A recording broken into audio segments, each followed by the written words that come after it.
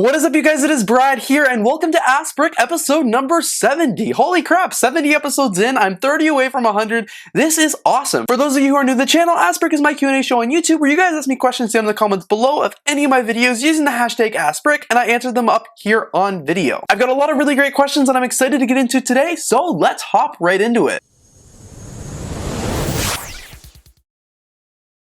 Alright, so the very first question here is from Crazy K50. AskBrick, have you ever gone to any BrickFest lives?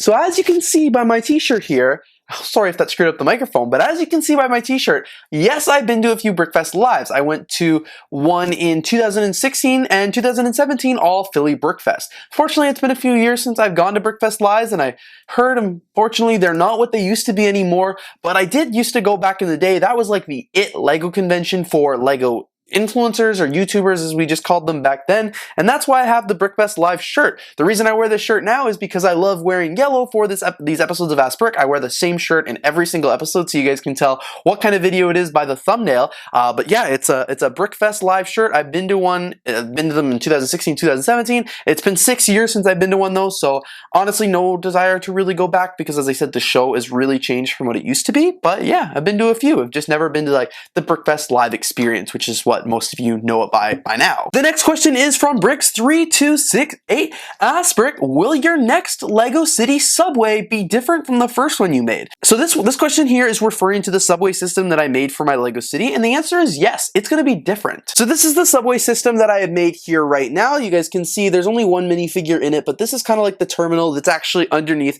my LEGO City here. So this is what the design is looking like, and I do have room over here on the other side of my LEGO City for a second subway station. The track is there, I just need to actually build the station. And yes, they are going to be different. So when I'm looking at the LEGO City, I did want two subway systems, but I don't want them to look the same. I'm from Toronto, that's where I am based out of, and all our subway stations look very different. They all have unique characteristics, and that is exactly what this one is going to have as well. This one is very modern, it's very nice and fresh because it goes into like the office building and the main area of the LEGO City, and this one's kind of more of an industrial area. It's more just offices, fire stations and stuff. So my goal is probably to make this one look a little bit dingier. Like if you're a tourist in the LEGO City, you're probably entering this one, so we want it to look a little bit nice, but this one's probably more for the residents and the working class. So that's what I said. I want it to look a little bit dingier, but I don't think I'll know exactly what the LEGO City and what the subway station will look like until I start building it. So we'll have to stay tuned, and you guys will have to wait for the next LEGO City update to be certain. This next question is from Miss Ambi 1921. AskBrick, do you think LEGO is getting too expensive? The short answer is yes. I do think LEGO's getting too expensive, and I think that's because literally everything in the world is getting too expensive. Everybody, I'm not an economic person, I don't know my numbers very well, but literally everybody is talking about inflation and how the price of everything is going up. The price to go to a mall and buy clothes has gone up. The price to go to the grocery store has gone up. The price to go to the movies has gone up. Literally the price of everything is going up, and it's just making life really, really expensive, and LEGO is one of them. I actually cut back on buying LEGO a lot this year just because the price of it was getting very, very expensive. Like I remember when you used to be able to buy a modular building for 200 bucks, 200 Canadian. Now it's like 240, 250, 260. That's a lot of extra money. LEGO sets, the decent ones, the ones that are good, seem to just be like $200, $300 now. So it's just like, holy crap, I want to buy it all. I want to buy as many LEGO sets as I can, but at the price and with all of my other expenses, with having a really large two-bedroom condo in downtown Toronto and trying to eat and do activities with my friends while I'm still young, I'm just like, whoa, I gotta slow it down. I feel like I'll have my whole life to buy LEGO. You know, when I get older, I'll have more money and less friends, presumably, because it seems what it's like when you get older. So I'll like have more time to buy LEGO then. But for now, I'd rather spend my money on experiences with my current friend group while I still can, while I'm still young. So it's leading to me buying less LEGO, and I probably would buy more LEGO if it wasn't so expensive, but I have kind of like a budget for LEGO that I want to spend a month, and it's not a lot. I want to enjoy what I have here as well. So unfortunately, it's leading me to buy less Lego. But yeah, I think it's getting way, way too expensive. I understand it. I understand that they've got to raise the prices to keep up with inflation and the cost of goods and everything like that. And sometimes I look at a set and go, oh, that's actually pretty reasonably priced. I can't complain too much. And then other times I look at a set and go, oh my God, Lego, what were you thinking? So it really just depends on the set. But in general, yeah, I do think Lego is getting pretty expensive. It's always been expensive, and now it just seems to be getting worse. This next question is from Phasma Bricks. Ask Brick, which Lego stores in Canada do you go to? So because I'm based out of Toronto, the Lego stores that I frequent most often are the stores here in the GTA, so that is Yorkdale, Fairview, and Sherway Gardens. Those are the 3 official Lego stores near me, and I often switch up which one I go to depending on what else I'm doing in the city that day. You know, if I'm in the West End, I'll go to the Sherway Gardens store. If I'm up in the North End, I'll go to Yorkdale, and then if I'm up in the Northeast Ends in Scarborough area, I will go to Fairview. So all Lego stores are pretty good. I'll just kind of go whatever one is needed. Sometimes in my lug, they'll post really good Pick-a-Brick parts at a certain Lego store, so I'll go to that one to get those Pick-a-Brick parts.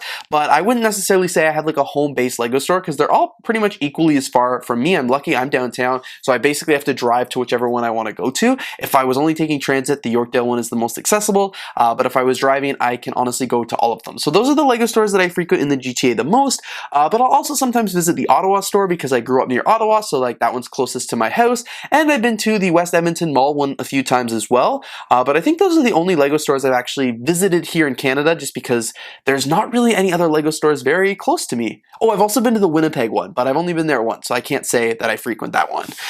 But yeah, speaking of the Lego store, this next question is about my time at the store. This one is from Fandom Geek. Ask Brick, do you remember exactly which questions the Lego store asked you during your interview? I'm a little nervous for mine. So I've talked about this before, but basically the questions that were asked during the Lego store interview were pretty much questions that you'd expect to be asked at any retail job. A lot of them weren't really Lego specific. I did talk about Lego a little and my passion for it, and because I wanted that to be a selling feature, like hire me because I actually know your product.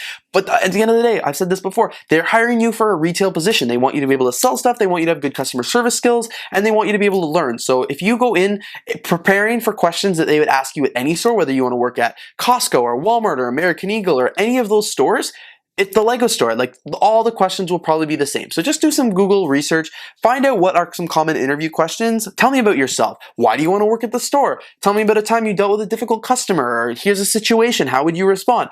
Think of it questions like that, and you'll probably do perfectly at your Lego store interview, because as I said, you're just interviewing for another retail job. It just happens to have a Lego focus to it. Speaking back to expensive Lego products, this next question is from Assist Official 9814. Ask Brick, why are Brick Mania products so expensive? This question was asked on the tour I did at Brick Mania, where you could see some of the prices on their models. And the answer is, why are they so expensive? Because you are paying for a superior product. Brick Mania is a company that creates their own custom kits using official Lego parts and sells them to the public. So I've watched several videos on Brick Mania in the past, and basically what they have to do when they want to make a kit is they have to design it. So they need a product designer to design it, a model designer. They've got to build instructions, renderings, models. They also got to order all the parts. They don't have a direct contact from Lego, so they're basically ordering the parts from sites like Bricklink, Pick-a-Brick, and things like that. And then they've got to assemble all the parts in a production line, put them in boxes, and actually sell them, ship them to you, ship them to their stores. There's a lot that goes into it, and I'm probably missing a few steps. They also include like stickers and custom minifigures and all that good stuff. So because of how much goes into a Brick Mania model, that's why they're a little bit more expensive. Obviously, if they were producing 10,000 of a set or 100,000 of a set like Lego would be, their price would be able to be a little bit less, because they're paying for the bricks at like the Lego cost, the actual manufacturing cost, not the retail cost that they're paying right now. So that's obviously why their prices, the bricks cost more money. All the staff and everything like that, like I said, that goes into doing all those steps also costs a lot of money. So with Brick Mania, you're not just getting a kit from your local toy store that's produced in tens of hundreds of thousands of quantity. You are buying a much smaller batch that takes a lot more time, effort, and money to procure and assemble. So that's why the products are more expensive. They're more specialty products as well. Lego is not ever going to make some of these because the building techniques are different. They are dealing with sensitive war materials and things like that. And like everything I've just listed contributes to why Brick Mania is more expensive. It's also because it's guaranteed not meant for the average Lego fan or Lego consumer. Like, I can't afford Brick Mania products right now because I could buy like 6 modular buildings for the price of some of the models that I really want from them, because some of them are over $1,000. But again, That is because you are paying for a superior product that is really cool and really unique, and a lot goes into it. So Brick Mania products are expensive because they need to be, and they have a very specific fan base and a very specific audience, and that's kind of who they're tailoring to. It's not your average Lego fan, and I hope that makes sense because they're really good products, don't get me wrong, but like they're unfortunately just not affordable to many, and those that they are affordable to are diehard Brick Mania fans who will buy them. So they found their niche target, and that is amazing for them, and I only aspire to make so much money someday that I will be able to buy some Brick Mania products and not bat an eye, because they are absolutely incredible, and I see why they're expensive and I know why they're worth the value. This next question here is from Phasma Bricks. This one is actually asked based on this video I made for TikTok, a Lego investing video. In today's Lego investing tips, I'm going to teach you how you can make 6 figures for just a $20 investment in under 5 minutes. Hi everyone, and welcome to my channel. My name is Brad. I am a Lego investor, and I make videos to give you guys the best financial advice for investing in your Lego collection. To get 6 figures out of just $20, all you need to do is go to your local Lego store and go to the Build a Minifigure Tower. Here you guys can see that there are 3 Lego minifigures for only $9.99, so you're going to want to build 6 Lego minifigures in total to get 2 packs. Each one contains 5 Lego minifigure parts, and a lot of them are new and very seasonal. The final step here is you'll just want to go to the cash, and you're going to give them $20, or well, 26 if you're in Canada, but $20, and in return you got 6 figures. And there you have it. You guys have just done an incredible job turning $20 into 6 figures in under 5 minutes. My name is Brad, and make sure you follow for more Lego investing tips. That I don't know if you guys can tell from that video, but it was a joke, and I hope you all got that. But Phasma Bricks asked, AskBrick, should I get another Star Wars AT to invest in my collection? I don't know. I don't even know. I don't know Star Wars very well, so I don't even feel like I can comment on this. But just in general, I am not much of a Lego investor. I basically just buy sets and build them. The only Lego investing that I do, it's mostly reselling, and I do it on BrickLink. So I'm not buying sets to keep sealed for a long time. So honestly, if you're actually asking me whether or not you should buy this set, not as a joke, I would do a little bit more research yourself. Look it up. Talk to some Star Wars experts. Talk to Ryan. Talk to Lego CPA. Literally anyone who makes videos about investing, go talk to them and go ask them, because they would have a better answer to you. My only Lego investment tips are probably not wise ones that you will actually want to implement. You saw the video that I made a few weeks ago based on the Lego investing tip. That was a joke. If you actually thought you could make 6 figures from $20 from that video, well, you can make 6 figures, just not $6 figures. I didn't specify, but yeah, I'm not a Lego investor, so I cannot give you Lego investment tips. You don't want to, trust me. This next question is from Clutcher Rich Builds. Ask Brick, what are the top 10 Lego sets from the 1990s that I regret not owning? That's a really good question. I have been building a lot more vintage sets recently, a lot more ones from the 90s. So I think I'm gonna have to take this question back. I don't really have an answer right now. I've talked about it in the past. Like, I don't like to look back on past Lego sets that I didn't collect. I like to look forward into the future sets that I will be able to collect. I think Lego makes so many different sets, it's gonna be impossible for me to own them all. So instead of focusing on the sets that I wasn't able to get or anything like that, I wanna look to the future and be able to buy the new sets that Legos produce. So I just don't actually look at a lot of the sets from the 90s, just because unless they come up at a good deal, I'm not really interested in acquiring them. But this made me think. I think I'm going to go to BrickSet, I'm going to look at sets from the 90s, and I'm going to compile a top 10 list of the ones that I regret not getting. And I will make a video of that, and I will upload it here to the channel, and I will let you know. So I'll take this back, and you should see this video in a few weeks, but I'm interested in learning which of the top 10 Lego sets I regret not owning from the 90s. This very last question here is from Janos. Ask Brick, in your Lego Titanic video, you called that the second largest Lego set, while technically the world map is the largest Lego set. Why did you not consider this one instead of the Eiffel Tower? So the reason that I don't consider the world map to be the largest Lego set is because it's like 10,000 of those little 1x1 dots.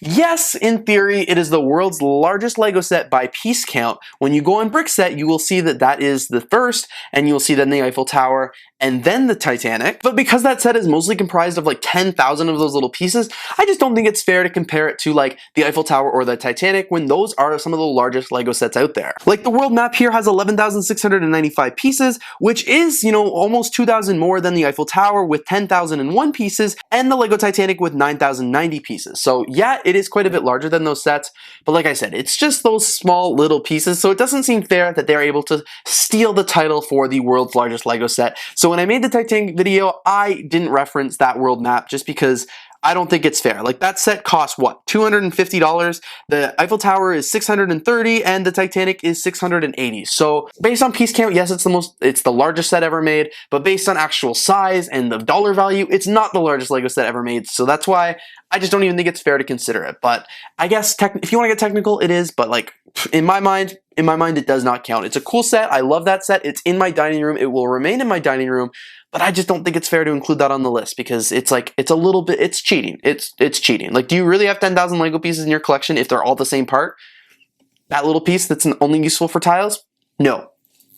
Having 10,000 of like a variety of pieces is way more useful. So that's why I made that determination. Anyway, you guys, thank you so much for watching episode number 70 of Ask Brick. I really hope you guys enjoyed today's video. Thank you all for all of your insightful questions. I'm really glad that I got to answer them up. Anyway, you guys, thanks again for watching. If you did enjoy, don't forget to like, comment, and of course, subscribe. And I'm looking forward to seeing you all here in the next video.